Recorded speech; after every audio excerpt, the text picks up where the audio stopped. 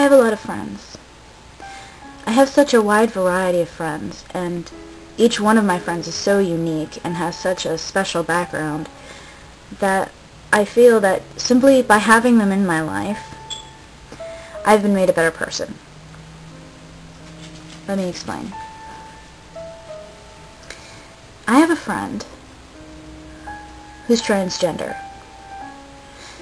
He is female to male and has been living as a man since before I met him for several years. He's a very generous person, very spiritual, very interested in education, and simply by having him in my life, I've been made more aware how important gender issues are.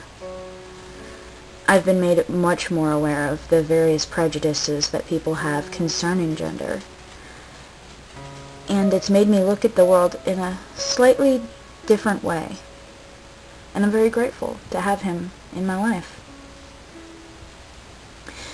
I have a friend who is HIV positive.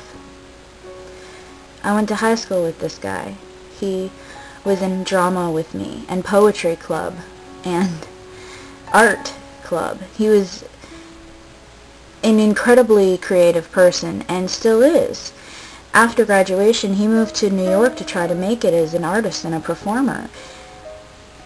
Shortly after he arrived, he was attacked by a group of men who sexually assaulted him, and shortly thereafter he was diagnosed with HIV.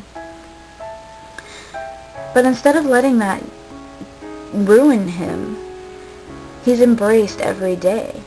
It's given him even more life. It's given him this raw enthusiasm to be creative and to capture every moment.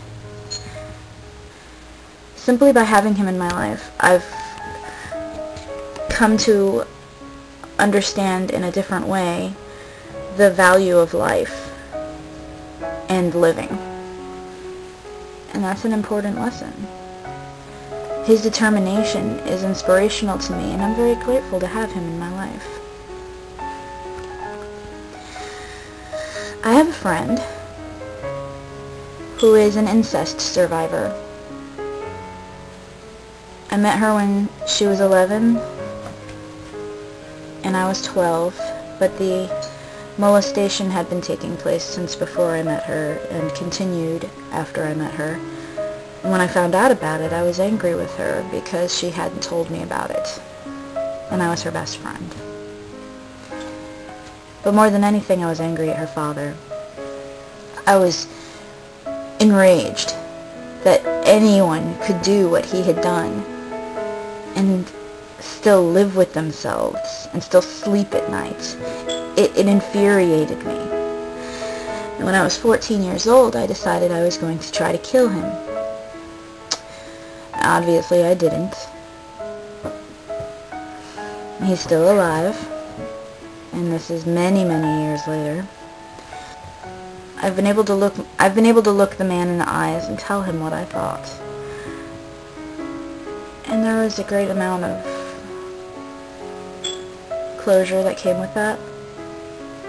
And the only reason I was able to get closure from the situation is because of my friend, the one that went through the ordeal, that went through the foster homes, and went through her father being in prison, went through her freaking siblings turning on her and blaming the loss of their father on her, who went through the therapy, who went through the bullshit.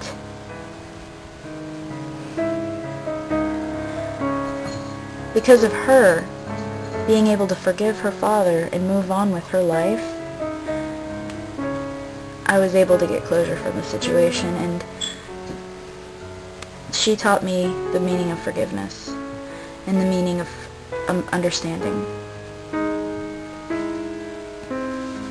I'm very grateful to have her in my life to this day. She's one of my best friends, and I hope she never leaves me.